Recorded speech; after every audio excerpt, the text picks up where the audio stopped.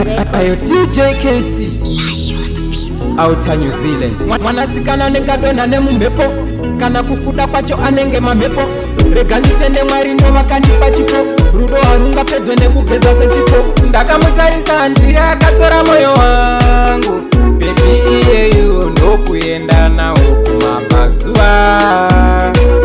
Ndakamutarisa ndiye akatora moyo wangu, mwana iyeyu ndokuenda nawo kumabvazuva.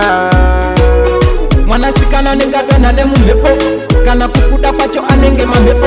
Rega nditende Mwari ndo vakandipa chipo, rudo harungapedzwe nekugeza sechipo. Anokubata ndomubvura udza, nokuti rudo rwanditenderedza. Saka iwe neni tinodanana, ndati iwe neni tinodanana. Ndakamutarisa ndiye akatora moyo wangu, baby iyeyu ndokuenda nawo kumabvazuva.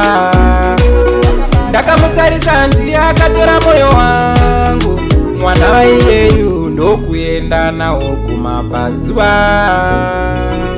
Mwanasikana kuti nditaure ndokakama, dan ndobva ndaramba ndakashama. Kukutarisa ndobva ndatanga kumberera, hameno zvandafila ropa rangu rastika. Kuna atezvara andife ndakarasatika, kana pfuma ndichatotina mombe dzinotsika. Ini rwandinakidza, ini rudo rwandinakidza. Ndakamutarisa ndiye akatora moyo wangu, baby iyeyu ndokuenda nawo kumabvazuva. Ndakamutarisa ndiye akatora moyo wangu, mwana iyeyu ndokuenda nawo kumabvazuva. Mwanasikana nengadona nemumhepo, kana kukuda kwacho anenge mamhepo. Rega nditende Mwari ndo vakandipa chipo, rudo harungapedzwe nekugeza sechipo. Anokubata ndomubvura udza, nokuti rudo rwanditenderedza. Saka iwe neni tinodanana, ndati iwe neni tinodanana.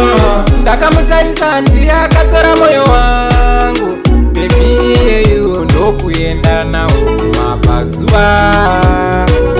Ndakamutarisa ndiye akatora moyo wangu, mwana iyeyu ndokuenda nawo kumabvazuva.